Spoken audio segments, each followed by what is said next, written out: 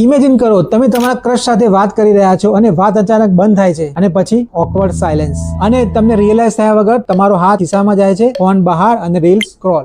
અને તે એટલા માટે નથી કે તમારા ફોનમાં કોઈ ઇમ્પોર્ટન્ટ મેસેજ આવ્યો છે, પણ તમારા બ્રેનને એક રસ્તો મળ્યો છે આ સિચ્યુએશનમાંથી એસ્કેપ થવાનો. કારણ કે આંખોમાં આંખ નાખીને વાત કરવી અઘરી છે અને આ પ્રોબ્લેમ ફોનનો નથી, આ પ્રોબ્લેમ છે ડિસ્કમ્ફર્ટ, જજમેન્ટ અને અનસર્ટેનિટીથી બચવાનો. તો ટેગ કરો તમારા આવા મિત્રને કે જે વારંવાર આવી રીતે ફોન બહાર કાઢે છે. ટેગ શું કરશો? તમે પોતે જ છો. ઇમેજિન કરો તમે તમારા ક્રશ સાથે વાત કરી રહ્યા છો અને વાત અચાનક બંધ થાય છે અને પછી ઓકવર્ડ સાયલેન્સ અને તમને રિયલાઇઝ થયા વગર તમારો હાથ ખિસ્સામાં જાય છે, ફોન બહાર અને રીલ્સ સ્ક્રોલ.